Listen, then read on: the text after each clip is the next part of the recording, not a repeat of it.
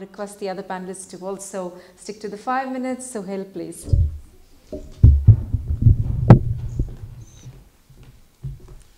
Thank you. I'm Suhail Chughtai. I'm an orthopedic surgeon and medical legal expert, but that's not what I'm here for today. So don't be afraid to be examined. I'm here for my Microsoft certification, experience of social media, insight into software development, and I run a company for the last 15 years developing software for professionals and also teaching IT.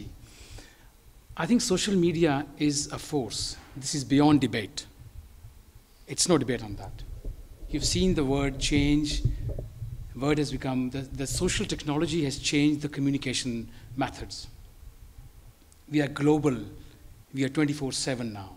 You can talk to people in Australia anytime, sitting in the other corner of the world. So there's no doubt that social media has the connectivity. And the time is, there's no lapse, time is not matter anymore. A tweet from North Pole can go down to South Pole in 7.5 seconds. If there's an influential person tweeting, in 7.5 seconds, he can reach the South Pole. That is the speed we are talking here. So social media is power. You've seen that in the Arab Spring. Social media was used. You've seen that in Croydon mayhem. Social media ignited the flare, flared up the whole warfare. Social media has connected people, but remember, there is a difference between virtual empathy and real face-to-face empathy. When we are talking to people face-to-face, 93% of our communication is non-verbal. We judge other people from what they are behaving like, not what they're talking. Only 7% is by what they say. Now on Facebook, for instance, on Twitters, you hide that 97% behind. You only project your 7%. So you can actually profile yourself. You can stay behind, you can hide yourself behind behind Twitter and present what you want others to see you like. So there is a connectivity, but you got to be very watchful on the other side. And at the same time, you can be misinterpreted. People don't see your face. They're judging you by emoticons, by your smiley, by your thumbs up, and by small snippets. So they're judging you for what you've done in a hurry. So there's a risk of being misinterpreted. So at the same time, the social media is a force to reckon. But make sure you got to be understanding that it is actually a force which can damage you or make you in seconds. A short video clip on Facebook WhatsApp group, which you just said something in a slur, somebody taped it, can ruin your job, your career, your profile, your family. So that is what is hindering people, if I'm answering the question. That's what is putting the barriers that people are playing with social media now. The governments are playing with social media. If you want to go to America now, your face profile has to be clear, nowadays especially, of any anti-Trump marks. Because now they have said it clearly that we are watching your Facebook, what you're searching, what you're remarking, what you're commenting.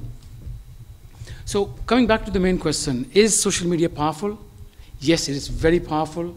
It's got a force. But where does the force lie in social media? Have you ever thought of that? The power of like. The one-click like button. And why is that so powerful? I think so many women are sitting here, they would understand it better, that if a woman is praised, she feels 10 times more beautiful inside. That is the power of like. And biochemically speaking, scientists and doctors can tell you that brain receptors respond to the button pressed like. There are certain hormones in the body which increase and they bind to the receptors of appreciation, feel-good factor.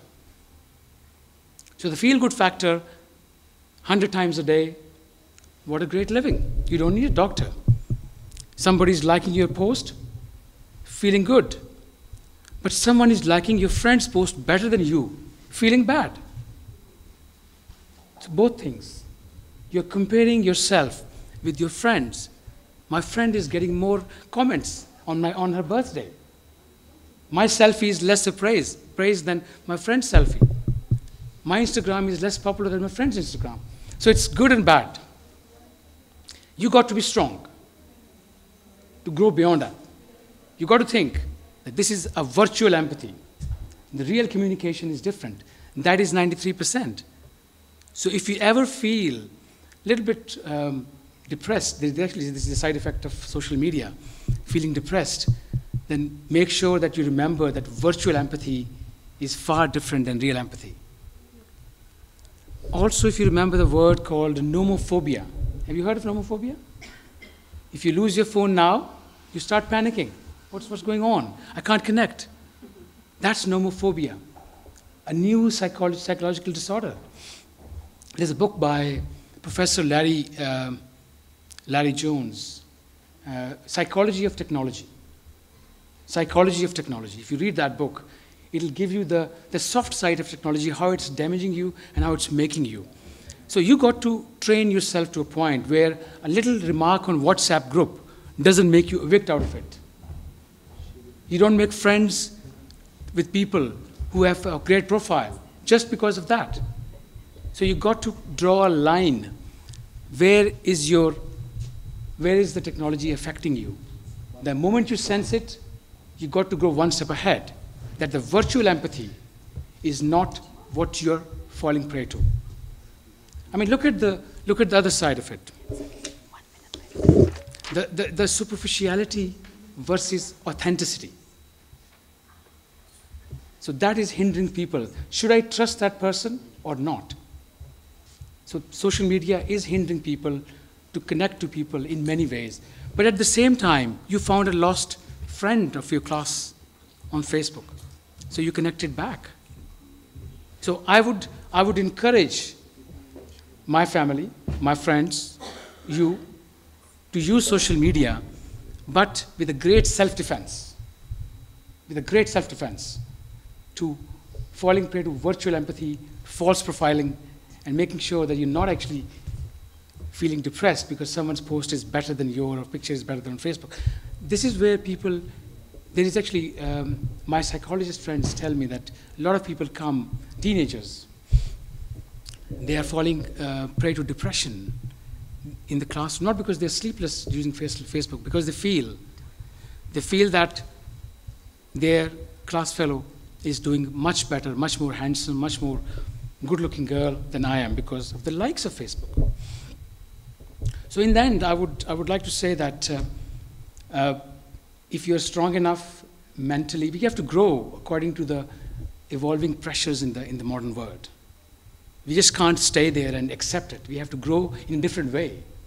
And entrepreneurs like, we have many entrepreneurs sitting in you, many business intelligence people sitting in you. We have people who actually have seen their jobs go.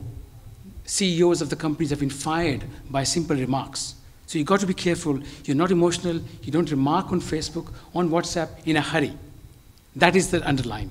If I may suggest, please do not comment on WhatsApp, on Facebook, or any social media outlet in a hurry because that can damage you.